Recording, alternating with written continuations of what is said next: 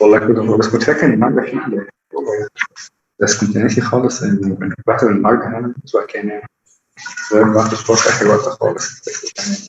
Ja, einen schönen guten Abend hier aus Graz. Good evening, everyone, to Graz, to all of you who are listening. It's a great pleasure to have you here and that you followed on our invitation. This evening will be a joint event by Oriente here and Welthaus Graz, together with the Jesuit Cultural Center in Alexandria. So I'd like to send you a very warm welcome to Father Mario Boulos and Sami Creta. Hello to Alexandria and welcome at our event. Hello. I do think that the pandemic does have its advantages, because in everything we do, we now have this electronical way of encountering each other. And this can be part of how we meet. If I say we, then I'm actually talking about Welthaus Graz and Pro Oriente, which is a foundation by the church. And here in Austria, Pro Oriente is active in Eucumene, and I am Peter Piffel-Percevich. I'd like to say hello to all of you, and at the end, I will also thank you. But before I thank you, I would like to thank our co-hosts. This is Missio in Aachen for the first time, also the Graz City Church and an institute at our university in Graz, which is ComUnitySpirit, which focuses very much on students in Africa as well, and they are engaging with our students in Africa quite actively, and a lot of them are based here in Graz to study. Thank you to our co-hosts. Thank you for advertising this event together as well. Sami, you and we met in Alexandria. Yes. When we did a pilgrimage from Oriente with our diocesan bishop Wilhelm. And we were very, very impressed by your interreligious dialogue. We were very impressed by your Christian but also interreligious collaboration in the beautiful city of Alexandria. Yeah. And the situation, geopolitically speaking, was quite difficult. We had a lot of encounters with the Copts, which you co-organized, Sami, and thank you again so much for doing this. And this joint encounter, our personal encounter, is something that we would like to deepen. In a moment, I will introduce to all of you Silvia. Silvia is from Welthaus, and Welthaus does a project with the Cultural Center. And it's great to be here to deepen our encounters and our meetings. From an organizational point of view, I would also like to welcome our interpreters, Marie-Therese Gruber and Elisabeth Poleshinsky. Thank you to the interpreters for performing their service. If you are choosing the right YouTube channel, you can listen to the translation to their interpreting service in either English or German. Another organizational remark is the following. Dear participants, you can also use our chat box. If you have any questions or comments, you can write them into the chat. And alternatively, you could also send us an email during our event. The email address is graz@welthaus.at.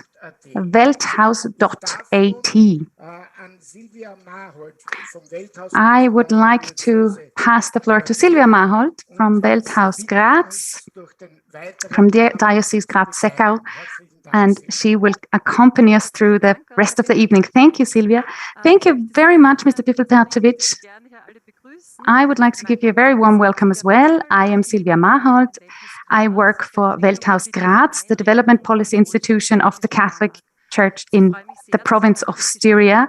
And I'm very pleased to have the opportunity to talk to our two speakers today, Father Mario Boulos and Sami Creta. Father Mario and Sami Creta, a warm welcome to the two of you, and I would like to present you in a moment. Father Mario Boulos is an Egyptian Jesuit. He is from Luxor in the south of Egypt originally, and after studying engineering, he studied philosophy and Arabic history in Beirut, or cultural history. He also studied in Toronto in theology. In 2019, he became a priest, and since the last year, he has become the head of the Jesuit Cultural Center in Alexandria. Sami Creta is our second guest. After studying art, he studied foundations and perspectives of a culture of unit at the Italian Sofia University. And since 2014, he has been engaged in the Cultural Center of the Jesuits in Alexandria. He's in charge of the artistic program in the center. Sami Creta, within the framework of the Forum of the Mediterranean World, which is organized by the French Embassy. He was also selected to be the cultural ambassador, and he's part of a cultural group which will bringing suggestions what to do with the Mediterranean space until 2030 to have a sustainable development there. But today we are going to talk about the Jesuit Cultural Center. This will be the focus of our attention, and we would like to focus on the contribution of a Catholic institution to a peaceful inter-religious coexistence. But before, we'd like to look at the situation in Egypt. In 2011 and the years after, Egypt was very much present in the media in Austria. The situation was very tense and not very stable. And it seemed that there were big tensions and there were also divisions in society. Father Mario, we would like to know from you, how are people doing today in Egypt? Could you perhaps tell us what your impressions are? How are people doing today? Hello, Sylvia, and hello, everyone. Thank you very much for hosting us, and thank you for taking care of really listening to us. First of all, I want to say that people in Egypt are doing very well in general. So 11 years ago, we started our revolution in 2011, and now in 2022, I would like to say that Egyptian people changed. For a long time, Egyptian people was considered like a passive people, but now they are not a passive people. They can express themselves, they can express their needs, they can also have an appointment on their political situation. And I think this is the most important thing today to speak about. And we cannot separate Egypt and Egyptian people from what happened today and during this war between Ukraine and Russia, and also all this economic crisis after Corona. So we are, as Egyptian people, are really affected by this issue, which is really can affect poor people and not just rich people in Egypt. Pater Mario? Ja. Einen kurzen Moment bitte, es ist für die Dolmetscherinnen, es ist momentan sehr schwer. Father Mario, unfortunately for the interpreters, it's almost impossible to interpret. Could you try to speak slower, because it seems that the internet connection is interrupted, and unfortunately I also didn't understand what you just said. Perhaps we could give it another go. Perhaps speak slowly, because even if the internet connection is interrupted, then we can make more sense of what you say. Okay, I will do my best. Sorry for this. So I will start from the beginning. 11 years old now, from 2011 to 2022. After 11 years of the revolution in Egypt, I think people was considered like passive people, Egyptian. But now, passive people, they can express themselves, they can dream, and they can hope. And this is the most important. This is our situation actually. After 11 years, we are no more passive people. We can think about our future. We can dream, and this is what I think is the most important change from 2011 to 2022 today. About considering economic situation, we cannot separate Egyptian people from the crisis, what happened today in the war between Russia and Ukraine. We can also forget the crisis of Corona. This COVID make all people suffer, not just poor people, even what we consider like rich people in Egypt. So economic situation, I could say that it's stable in general, stable, but there is also with this worldwide crisis, it's a little bit suffering. It's a little bit suffering, but in general, economic situation, I can say that more or less stable comparing to other countries in the area in Middle East.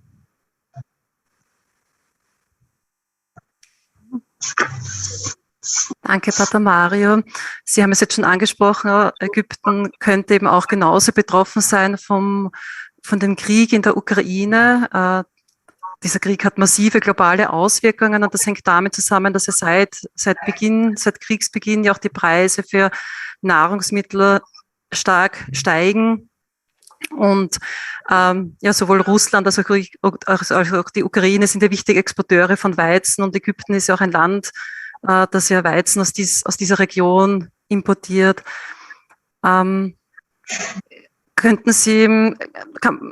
Welche Auswirkungen könnte das in Ägypten haben? So wie ich das jetzt verstanden habe, es ist momentan noch kein Thema, aber welche Auswirkungen könnten da auf Ägypten zukommen?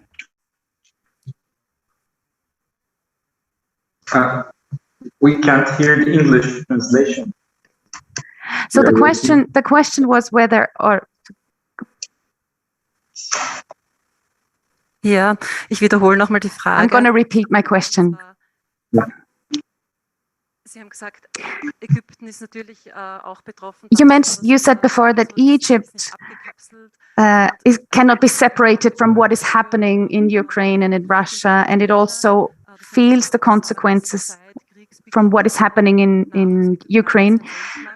This is also connected to the fact that the food prices on the world market have risen a lot since the crisis. Both Russia and Ukraine are important exporters of wheat, for example, and Egypt is one of the countries that imports a lot of wheat from that region in the world. What consequences, I don't know if I've understood this correctly, yes. It seems that at the moment you don't really feel the repercussions, but what do you think could happen in the future? Well, I can say that, as Father Mario said, we have now a difficult economic situation. We are importing wheat from Ukraine. For the moment, our government has said, okay, for the next few months, it's okay, we have enough stock. So hopefully things will finish before that. And now they are trying to look for more other places to import wheat. Bread in Egypt is #1 food. So I'm talking about #1 food is bread. So wheat, we are importing around 30% from the grain from Ukraine. So of course there is some instability. Even we have everything in stock, but we have unstable economy. A couple of weeks ago, we had a very sharp devaluation of the money. So it lost around from 15 to 20% from its value in front of the foreign currency. So, and this has put us in everything is a higher price now in Egypt. Maybe it's not a direct or indirect relation to what's happening in Ukraine, but of course, it's this situation will affect the whole world, not only Egypt. We are now much more connected than before.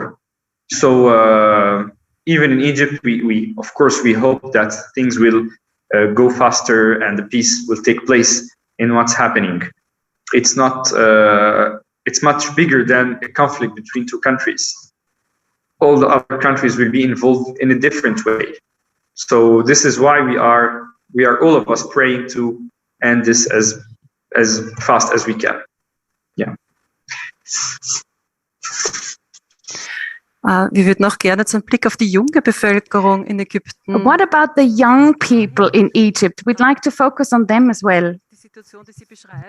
The situation that you are describing is also a situation that will probably affect the young people. You are a quite young country, at least if we look at the age of its population. There are about 1 million people living in Egypt, and 1/3 is younger than 15, and the median age is 24 years, compared to Austria, where the median age is 44.5 years.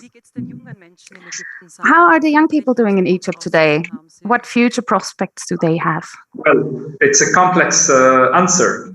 Young people, as you said, that we have the majority of the population are young people. And it's complex because we have many challenges. To have numerous young people in country, it can be something positive, but at the same time, a challenge. So one of the challenges that I just said, that the economic situation. So many of the young people, they want to leave. They want to go to look for their future, a better economic situation in other countries. And we have millions of young people already. They are abroad working and trying to send money to their families in Egypt, trying to look for a better future, more stable future. And this movement, started a long time ago from the 70s or 80s in Egypt, but now it's much more. So economic situation is one of the most challenge that young people are facing. Other thing that I can say that post-2011, post-revolution, that the young people in Egypt, they are looking more than before about a meaning, a life meaning. They are witnesses of a big change happened, a big event happened in Egypt sometime. Until now, we are trying to acknowledge this event, what was passing by. Maybe with the time, until we are going, we can see it from far away, we can understand much more. But till now, the young people are trying to look for more meaning in life. And we can see this a lot with our young people they are working for in the center here. I can add also that now young people, they are trying to look for a universal meaning. I mean that the world is opened much more than before through internet, through the social media. When I'm talking about young people, I'm talking about social media. There is no young person doesn't have Facebook, Instagram, anything. So they are connected to the world somehow.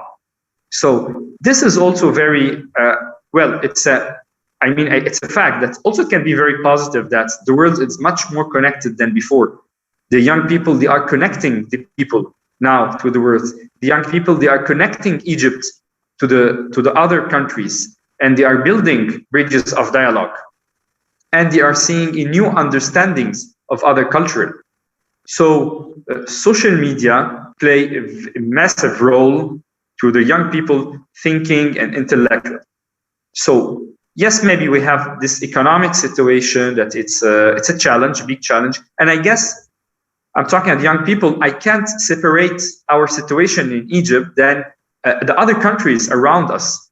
And I can say now that we are somehow more stable than other countries. You can see the situation in Libya, still the war. In Sudan, still we have, this is our neighbors, civil war almost. You can see the situation in, of course, Palestine. And now in Lebanon, they are facing a massive problem. So this economic, we cannot separate this situation from the other countries that they are around us. And here we are witnesses the changes that young people are facing every day, from a day to another.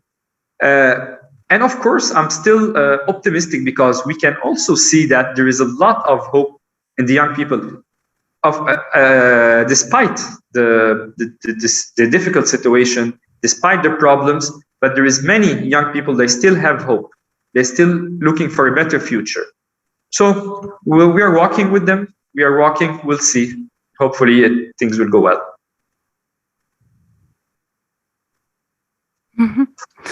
Also die Einbindung von den jungen Menschen ist sicherlich. Okay, so including young people, of course, is a very important challenge for a sustainable, peaceful society. And you also talked about young people who are in search of dialogue, which is also the title of our event tonight, Egypt, New Ways of Dialogue. So your cultural center is working exactly in this area. But Father Mario, could you speak generally about the situation in Egypt? Which religions do you have in Egypt? So normally Egypt is an Islamic country, meaning that the majority are Muslims in Egypt. But with this majority, we have a minority, like Christian in Egypt are a minority.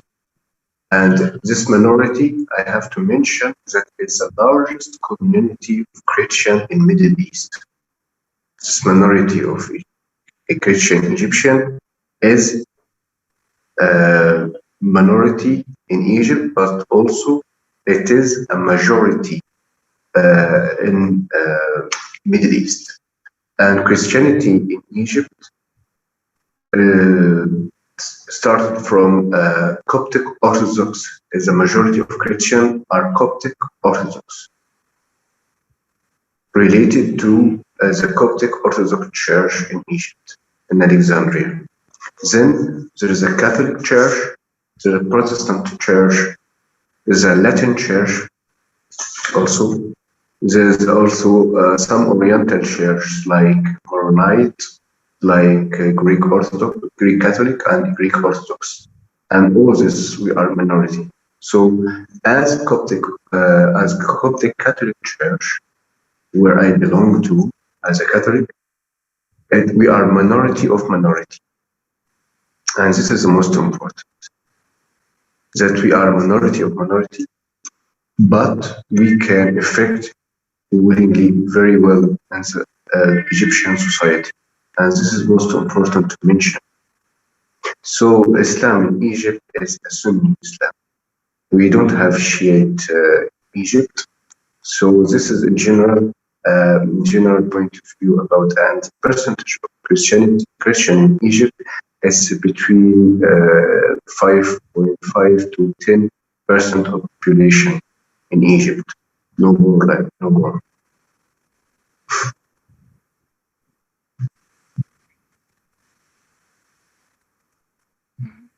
Das heißt, zahlenmäßig haben wir jetzt gehört, es gehört nur eine Minderheit. Okay, so only a minority is part of the Christian Church in Egypt. What role does Christianity or the Roman Catholic Church play in Egypt's society? So, as Father Mario said, that the majority, around 90%, are Coptic Orthodox, and the minority are Catholics and Protestants. So, but despite that, it is a Catholic minority in Egypt. I can describe its role in the institutions and the organizations, which is a very, very important role in Egypt, and it has a very important presence among the society. Since a long time ago, the Catholic schools are the most famous in Egypt, and among, even we can see this in the media, in the cinema, in the films, in the series. When the people want to describe a good education, they said that okay, he went to the sisters and brothers schools. Among all our Muslims community and everyone. So until now, they are very well known by education. They are all the Catholic congregation in, like the Jesuits, of course, in Egypt. They are the most important and most valuable schools.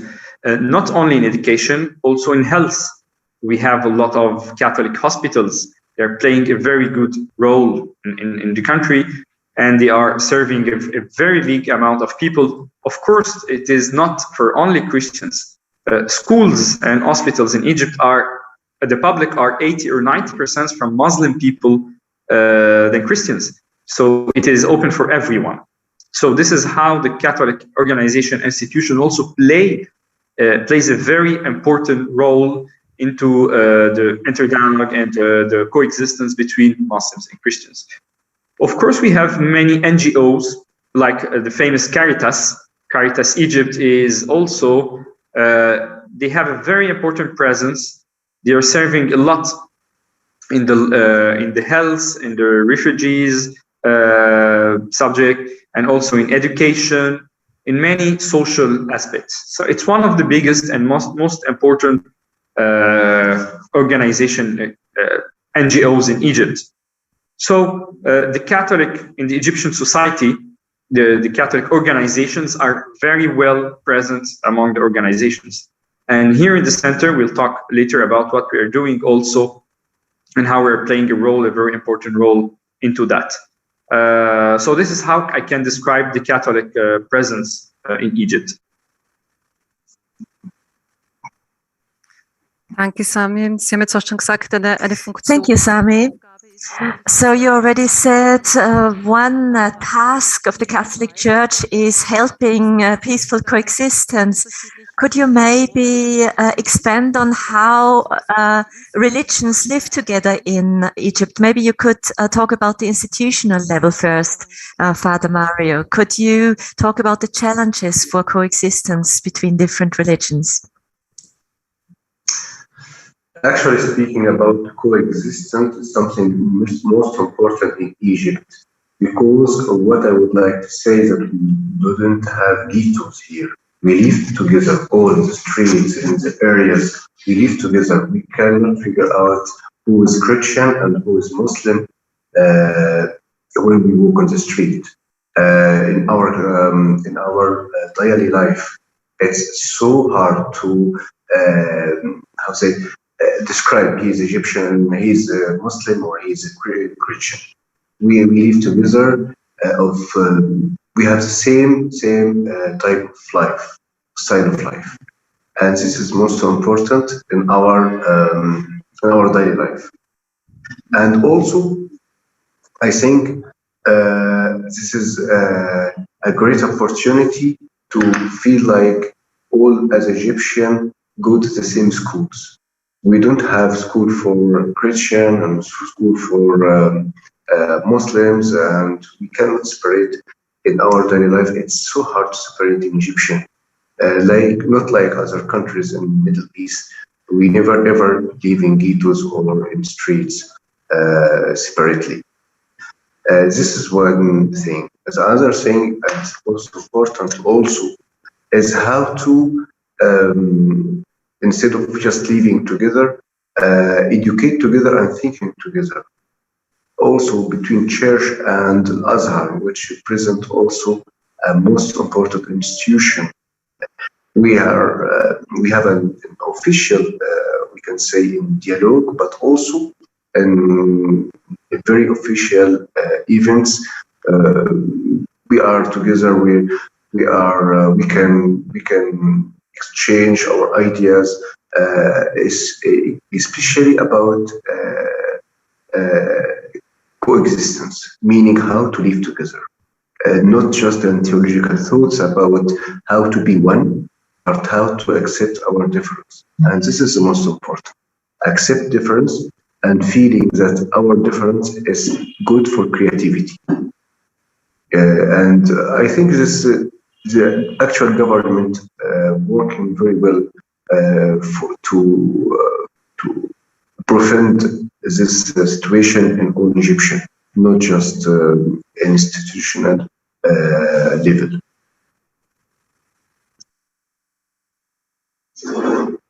Sami Creta, möchten Sie vielleicht noch ergänzen auch zu Sami Creta, maybe you would like to add something. Father Mario said a lot of things are working fine, but are there also some challenges? Okay, yes. Well, I can say that, well, as any part of the world, we are not living in the utopia. Of course, we have problems like any place. And of course, this is well known. I can say that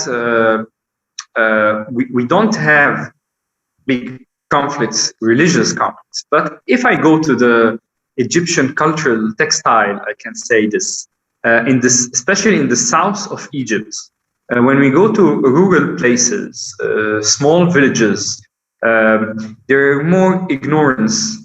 I have to mention also that a big number of Egyptians are living under the poverty line.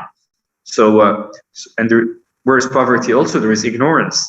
And so in these places, I can say that there is conflict that raised up from maybe personal conflicts between two persons. But as these places are, they have the major cultural families or big families or tribu cultural, so it can be transformed into a big issue. So it starts from here. And also in the rural places and the small places, they are very integrated into the culture of religion. So I'm not talking about only spirituality, but I'm talking about the culture behind the religions. So, and this is also, especially the older generation, it brings us for more misunderstandings, I can say. But Egypt is so big. We are more than 100 million inhabitants. Personally, I didn't face any problems in the city. I'm living in a big city of 8 million.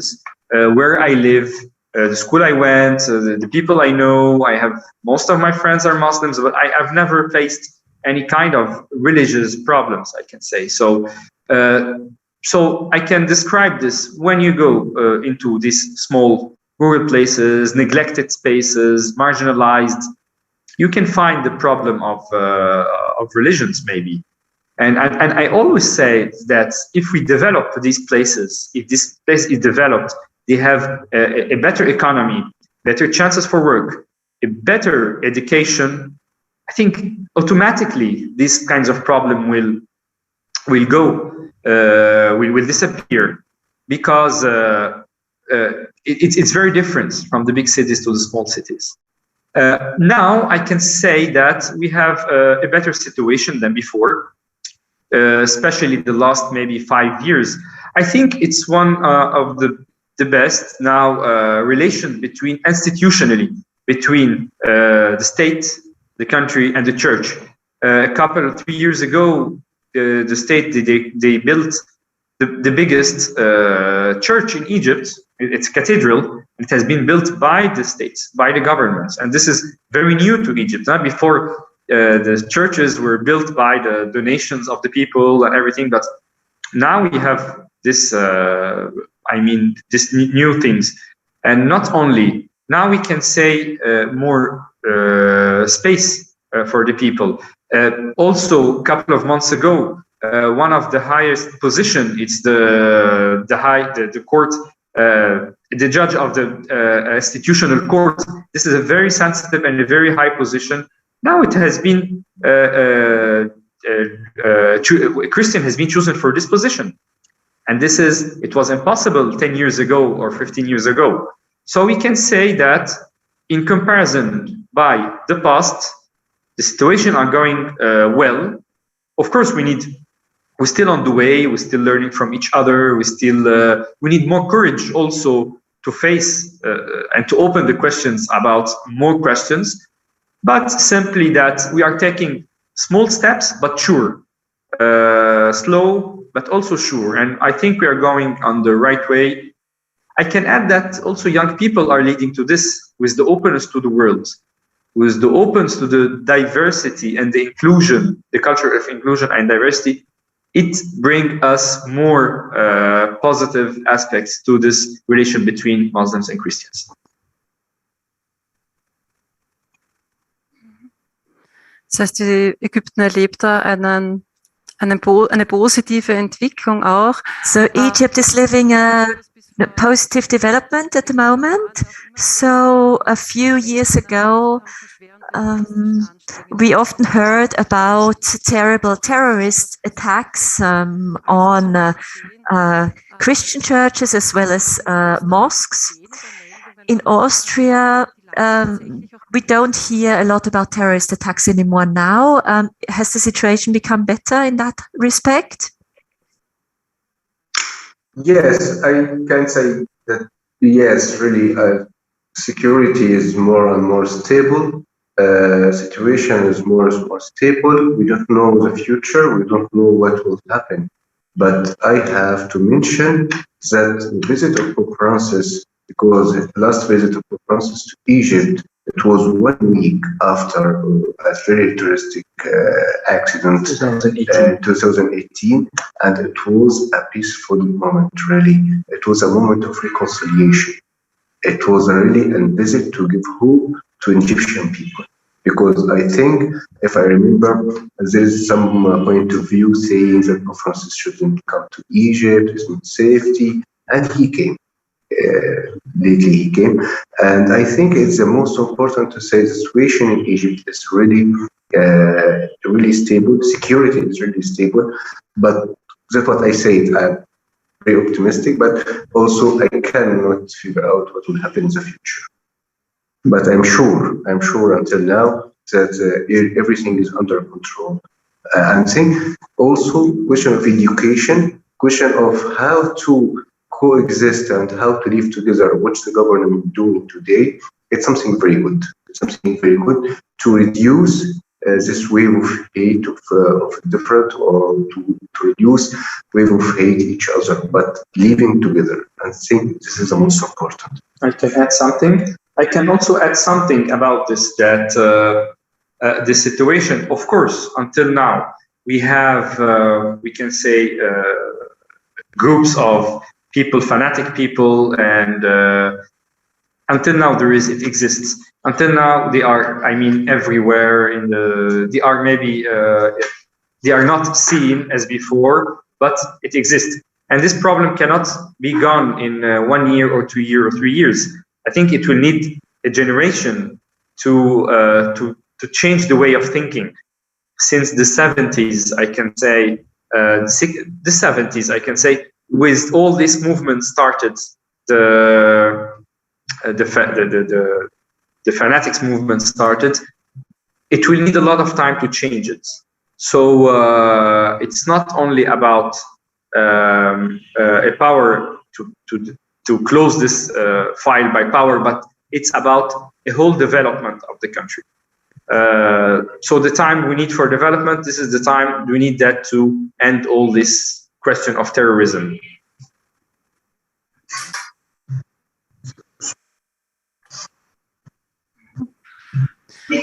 Danke. Thank you. So before we speak about the Culture Center, I would like to remind everybody that you are welcome to ask questions. You can write your questions in the chat, or you can write to Graz@welthaus.at. My colleagues will read your questions and will forward them to me. We would like to speak about the Cultural Center. You already spoke about it briefly. You said that there is a lot of positive development in Egypt. There are a lot of challenges when it comes to economy, of course, too. And there might also still be some cultural conflicts, if I understood correctly, but there are also a lot of positive examples, like, for example, your Cultural Center. You are trying to foster dialogue and understanding by art and culture. We are changing the world through art and culture is your motto. Sami, may I ask you, what was the basic idea of your Cultural Center? Okay, the Jesuit Cultural Center in Alexandria started a long time ago, from the 50s maybe, and but 20 years ago it has been renovated or refounded again to be more local and more directed to the local people, to the the surroundings, the neighborhoods. The idea was that to bring people together, so through culture, through art. We saw that, okay, art it's a very good base that the people meet without any intellectual dialogue. So we don't come here and we discuss about ideas. We meet, we live together, and we exchange. We meet each other in a context based on art, based on human side. And this is how we create a coexistence atmosphere. This is how we create a more friendly place. I can tell you that we are a Catholic organization, but 90% from the public are Muslims, for example, or from different faiths. So, and many of them, they don't even know that, okay, we are a church, basically. And we are not talking about anymore about differences. So when you don't talk about the difference anymore, it means that you surpass this differences. Of course, everyone still and keep his own culture and keep his own faith. And from our own faith, we go to meet the other persons. So the idea of the Cultural Center is to do a series of activities, events, and workshops. Like this photo, for example, we are preparing for the Ramadan decoration. Now we are, after tomorrow, we'll start the Ramadan months. Together, we are preparing the Ramadan months. And of course, we are doing a lot of concerts, music. We have 2 theaters, but also we have also a series of workshops, like the photo of this one. This is Father Francis. This was a theater. This is our theater and our public. This was a play by the refugees, as also we are hosting a lot of different people inside.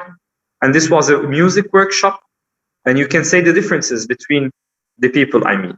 The concept of inclusion is very important to us. So we are not specified in one specific art type, not classical, not hip hop, but everything can bring different people. Everything can include people together. We are doing. So we can see also how is the meeting between the people can create more projects and more ideas, and they can go. We can go together. We are witnesses of many changes among the people.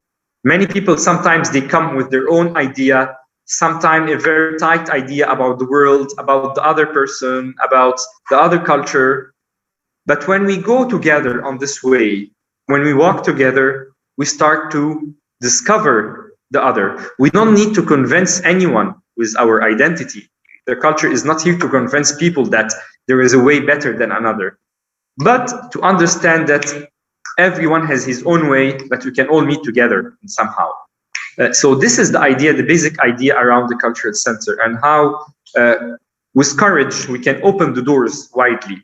So as Pope Francis said many times, open the door, go out to the streets and go out to the people.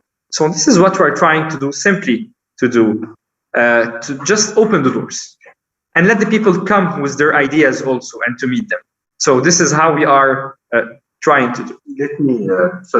Let me add something also about Cultural Center and what I'm doing. And I want to say that by Cultural Center, by Jesuit Cultural Center, as a priest, I go from the church to the people, to the street, and this is most important. And my homily in the Mass, how many people will listen to me? 15, 100. I receive more than thousands of people each day.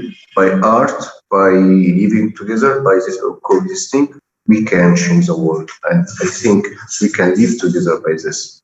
So through Jesuit Cultural Center, I take the church from a building to a human beings without any boundaries or any boundaries, yes, of religion, of different religion, or any boundaries of any kind of thoughts, because really we find a co-work existence and co-work space to live together. And this is most important. And for this, I can find my mission as a priest. My mission as a priest, not just only say the mass, but also live the mass. And I can live the mass through this Jesuit Cultural Center. Thank you. Ich würde da vielleicht noch gern noch ein bisschen nachfragen. Ein bisschen, das ist ja schon angesprochen worden. I'd like to have a few more details. You did mention who comes to your cultural center briefly. It seems that it's very colorful and diverse in terms of who is coming to the cultural center. But perhaps you could give us more details or a clearer image. It seems that people don't only visit you once at the cultural center. It seems that they are accompanied for a longer period of time. How can I imagine this type of work?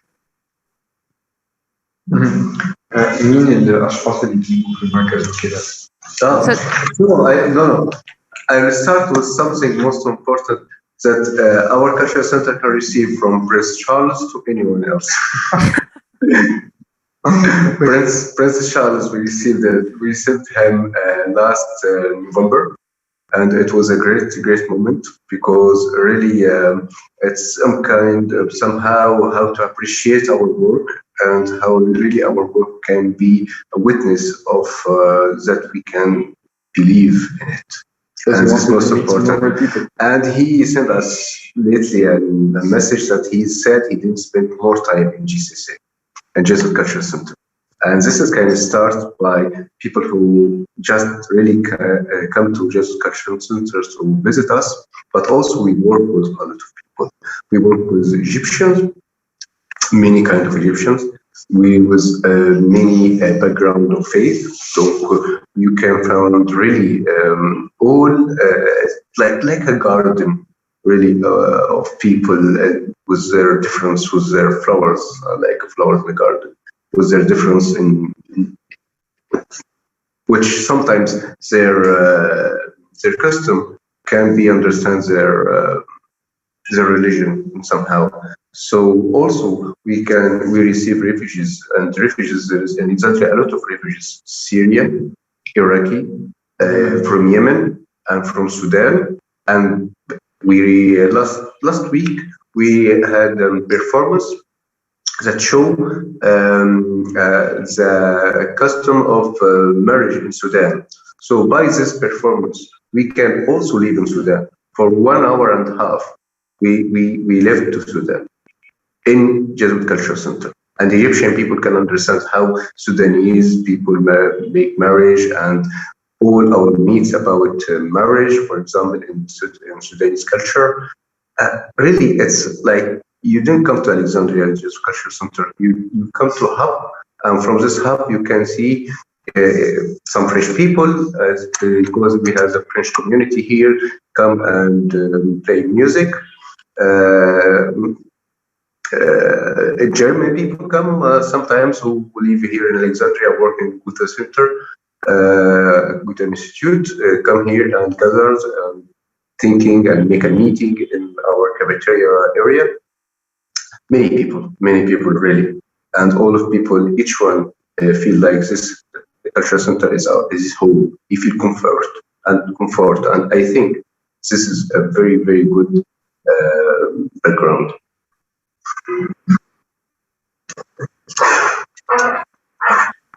Sami, möchten Sie noch etwas ergänzen? Sami, would you like to add something? Yes, I can say that how we can contribute. How we can contribute to the people here. As Father Mario said, that we receive very high people they want to come to meet normal people at our place. One of the most things that we can contribute to the people that there is no difference between anyone and anyone else. So it's the same for all. So it's a safe space. We can contribute with a safe space. We are not judging anyone from any background, especially from any social background, which is not the case. It's not really normal. In Egypt, we have, there's some places for rich people, there's some places for more simple people, and we are trying to do our best to keep the place neutral for anyone. And this is it reflects our way of programming the activities that we are doing and the way that we are accepting people from different zones in Egypt. This number two, the respect.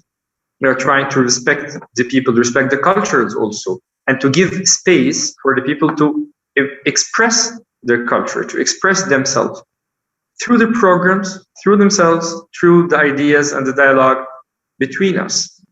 So when a person comes from a different background, different cultures, and he feel safe, he feel respected, he start to think differently. I mean, not think differently. He start to also to engage in the society and to take place and to feel home. This is how we are trying to do the inclusion.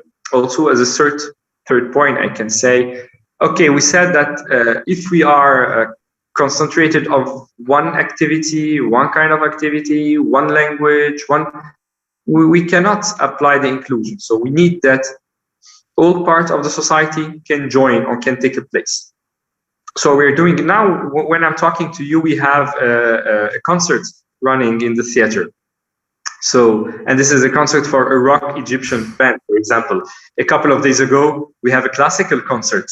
So this is how it works, and how the people also meet from different backgrounds in the same society.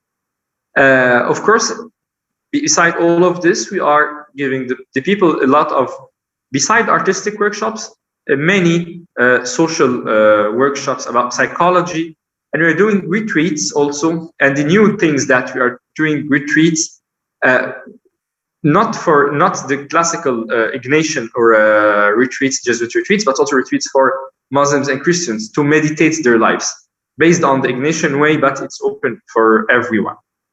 And we are giving a lot of also sociology, a lot of capacity building workshops for the young people.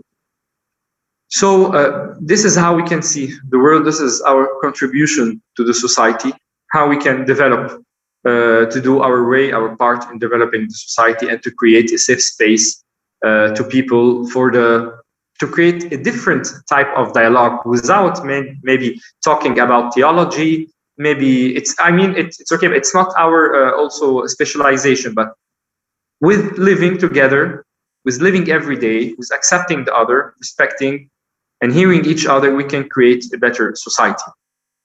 This is, in conclusion, how we can do this simply. Herzlichen Dank. Thank you very much. Welcome. I'll have a look if there are any questions in the chat or if somebody sent us an email. I can see a lot of questions, but in German, so. Ja, per E-Mail was bekommen auch. I did receive an email. The question is, what echo did the Abu Dhabi Declaration have in Egypt? Okay, it's a nice question. I can say, unfortunately, we didn't hear a lot about the Abu Dhabi meeting. Unfortunately, here in Egypt, there is somehow the people, the normal people, I mean, they are a little bit far away from institutions. Maybe the visit of Pope Francis the year before in Egypt was much more famous. Even in Abu Dhabi was the Grand Imam of Ahmad al-Tayyib in there. He's an Egyptian and Al-Azhar in Egypt, but it didn't take really a big place onto the social level. On the institutional level, yes, of course, but the people didn't hear about it a lot. We celebrate 1 year, each year we celebrate memorial. And each year we celebrate this memorial, of course, but it is still on institutional level. And I can say, yes, we need to bring it to the people more. We need to reflect more about how to go to bring this event to the people. This is what really we need to do. Ja, es gibt dann auch noch eine Frage zu. Okay, thank you. There's also a question about the cultural center itself.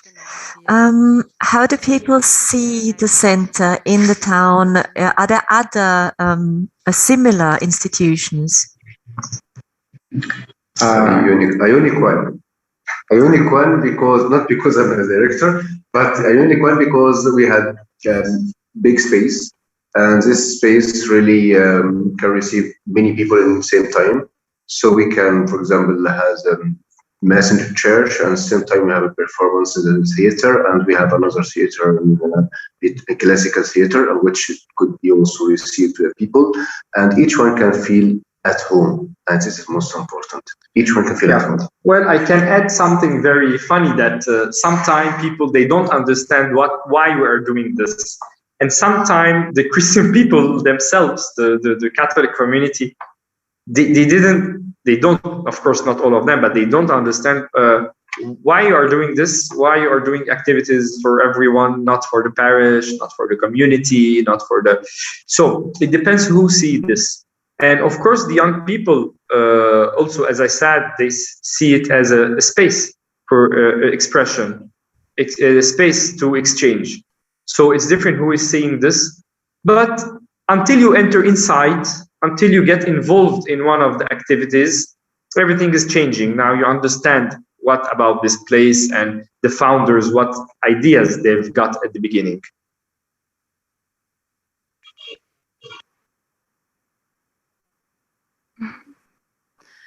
Ja, wir haben jetzt auch noch 2 Fragen. Okay, we have another 2 questions.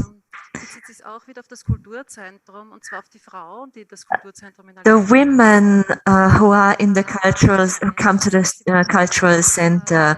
Anna Steiner said, I went to the cultural center myself, and I was really impressed. Are there any special activities for women? And if so, which?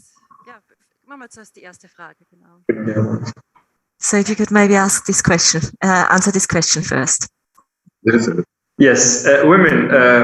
Well, I mean, of course, we are hosting a lot of projects for women empowerment.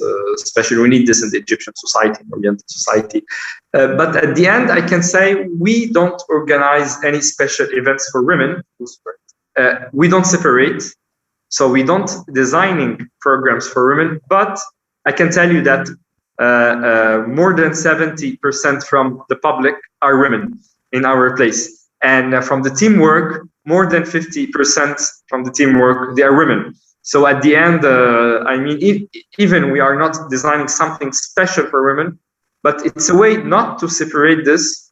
Also, women had its place in the center. And we celebrate a woman. Yes, and of course we do some celebration that the Women's World Day. Yeah, we celebrate a World Women Rights Day, and it was a great moment to gather women from refugees, for example, with Egyptian women. And I say it was not just for women, for everyone. It was for everyone. Okay, majority was women, and somehow it was World Day of Women, International Day of Women. But also, we never ever separate.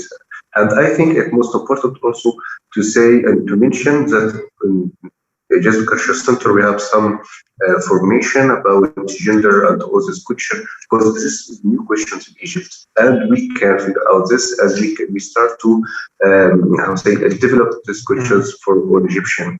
So we are in the modernity. I think we are in the same level with other countries in the Jesuit Cultural Center.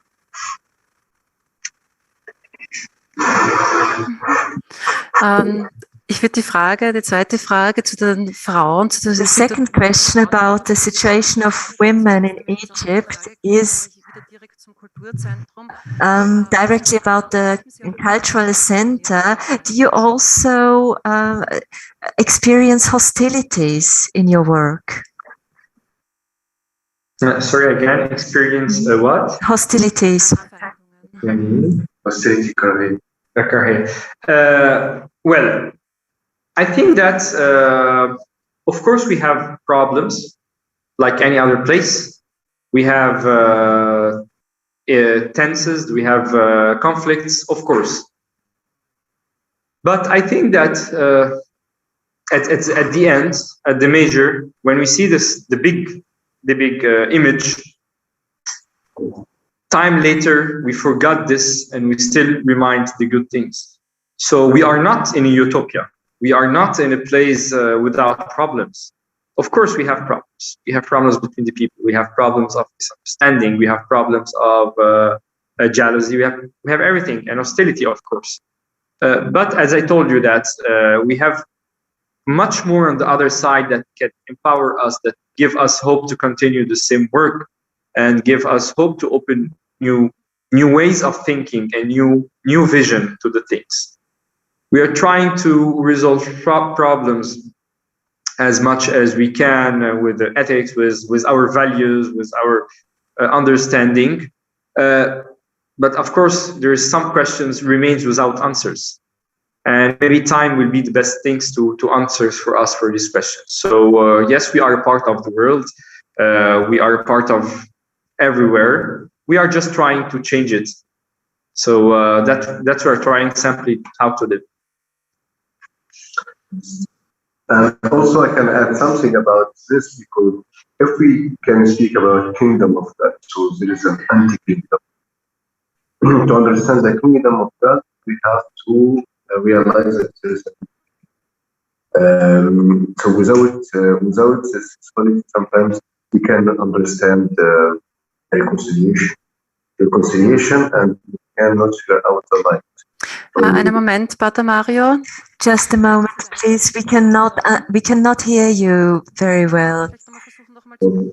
Could you try to repeat, please? So I will speak about, if we can speak about the kingdom of God, we have to realize that there is an anti-kingdom, and this we cannot understand kingdom of God without anti-kingdom. So each time we have an passive way or we are aggressivity in somehow. But I think reconciliation is one of the most important things in the Jesuit Cultural Center principles and message. And we have to figure out where's the light in our way and go towards the light.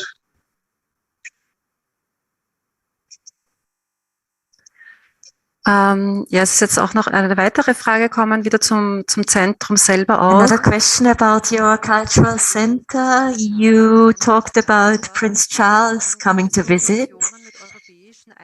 Do you have any cooperations with European institutions, for example, in the cultural field?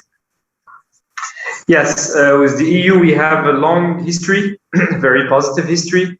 So we are, well, this year, for example, from the beginning of the year until now, we hosted at least more than 20 events with an EU component. Okay, even with Austria, we are hosting 3 of them are from Austria, 3 concerts from Austria, musicians. But one of the most important things that we are a part of Erasmus Plus projects. So we are hosting also young people from abroad, from Europe to Egypt. And we do a forum of young people discussing about a topic like environment, like about media, like refugees. Like every year we have almost a different topic. So last year, of course, with the COVID, we had no travel, but we did an online event. And the young people from Egypt, they met young people from Europe, and they did together way of thinking. They discussed together some worldwide problems happening now.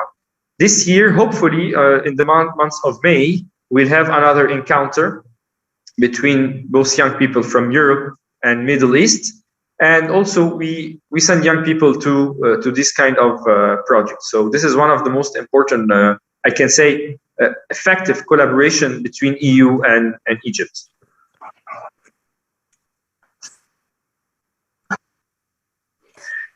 Ja, und jetzt hätte ich noch eine abschließende Frage.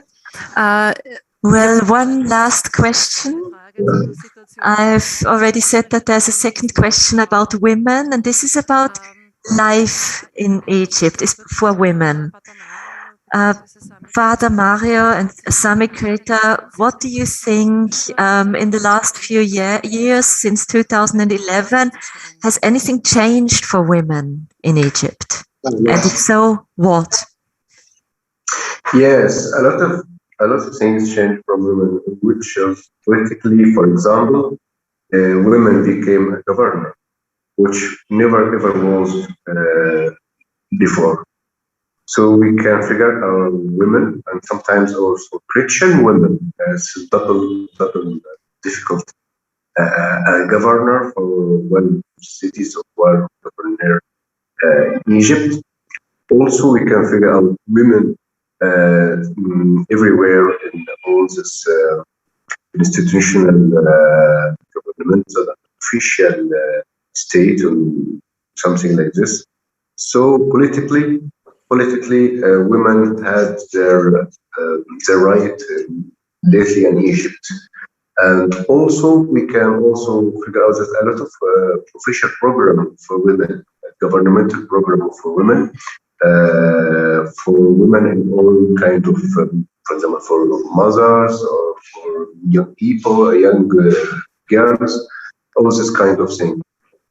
It's still difficult. I cannot say it's always very good for women. It's still somehow not safety for women, for example, to go after midnight to go outside the house or walking together, walking alone.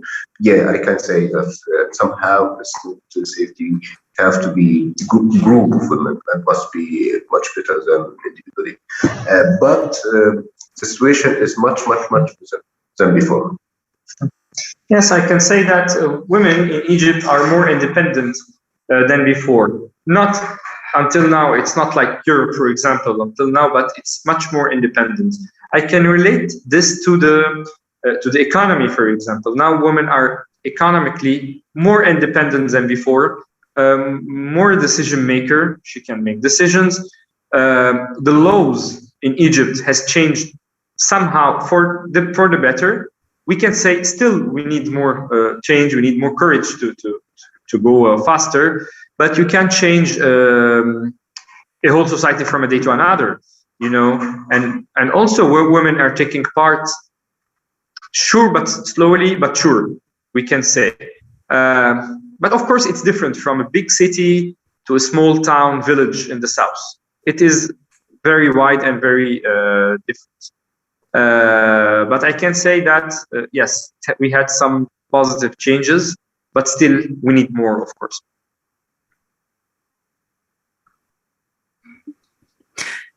Ich hätte doch noch eine Frage. Eine ist noch rein. Another question. This will really be the final question. Die Frage gekommen eben, was ist der Beitrag von What's young Egyptians' contributions who don't live in Egypt? What is their contribution in the field of country development? How can they influence people's mindset when it comes to internationalism? Again, so you're talking about our contribution of young people? Nein, es geht um die jungen Menschen, um die jungen I'm asking about young Egyptians who don't live in Egypt, who live abroad. Okay. What is their contribution? Very important questions. Well, I can say it depends on if the person, the majority of Egyptians, when they leave Egypt, they are still related with their families, they're still related. They still think that they will come back one day. So they are always related to Egypt. There is a lot of people are contributed through growing up in their lives. They are coming back with more ideas from Egypt. I know some friends, they went, they had a good education, they had a good chances, and they bring them the chances back. So we can say that there is some contributions from Egyptian living abroad. But also, I can say that economically, one of the reasons that in 2011 Egypt didn't collapse, that the economy that coming from the Egyptians living abroad to Egypt, we thought all in 2011 that economy would collapse with all this problem, but we saw that okay, there is with these millions of people that are sending back money to their families, to the economy and everything, they well contributed to the country. And of course, the most important thing that Egyptian living abroad they can contribute is the new education or new way of thinking. When they bring it back and they establish their own projects, they establish new things, this can really contribute positively to the country.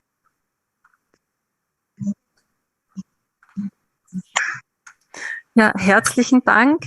Thank you very, very much. Thank you for all the questions and for being so engaged in the lively discussion with the audience. Thank you very much to our two guests. Thank you for sharing your insights with us and for telling us something about your Jesuit Cultural Center in Alexandria. Thank you so much.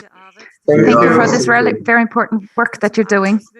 We are waiting to visit us.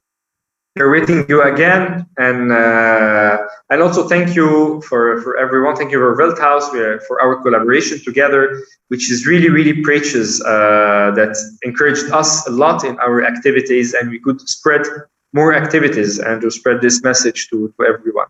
So thank you again for your presence and contribution. Yes. Ja, danke. Thank you. To conclude this event, I would like to pass the floor to Mr. Bifel-Percevich.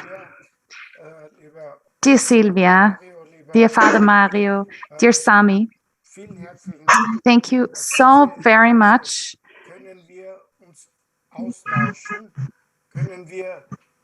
Today we were able to have an exchange again, and you showed us how Christians in the Middle East can also live.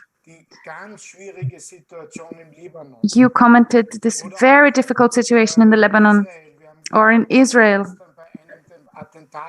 We heard about an attack yesterday where a Christian Israeli Palestinian security officer lost his life. Christians try to take up responsibility, and this word of coexistence is a term where here we would have to say peaceful coexistence, because a coexistence without atonement is something that is in between. But it's beautiful to hear what you tell us. And we know this from our conversations that we've had. When you talk about coexistence, you can describe something very positive. Coexistence is just a normal living together. And that's something very positive for us. When, for example, here Christians talk to each other, they often talk about ecumene, but we actually want to go beyond that. We want to coexist with everyone, with the whole world, with all people as Christians. And you are providing a beautiful example. And when we see that there is a war between two Christian nations, this is not a war of people who we don't understand at all. It is two Christian nations at war with each other. One Christian nation invades another. If we hear that, it's just wonderful to listen to you tonight and hear that in your situation, peace has come to your country throughout the years, and that you also provide space for refugees in Egypt. And Christians do have a very, very important role to play for refugees in Egypt. So again, I'd like to thank the two of you very, very much. We're going to make a call for donations for all who are listening and who would like to make a contribution for Ukraine. I think we are going to share the data in a moment. And quite in general, you can also listen to or watch our event again in YouTube. If you weren't able to listen today, or if you know someone who wasn't able to join us today, let them know that the conversation will also be on YouTube. And thank you, Sami and Mario, for highlighting that we need personal encounters again. And this is also what we're aiming for. This is also the purpose of tonight, to deepen existing relations and maintaining them. We can learn so much from each other, especially also Christian optimism. So thank you very much to all of you. Thank you to all of you who made this encounter possible. Have a wonderful evening. Have a peaceful evening. Best wishes to Alexandria, to Egypt. And thank you again to all of you. And all of those who we met in 2019, like Professor Heber, and the people we met in the monasteries, the people we met in the desert, please send my best wishes. We are really very much looking forward to our next meeting. Thank you. Thank you. Thank you a lot.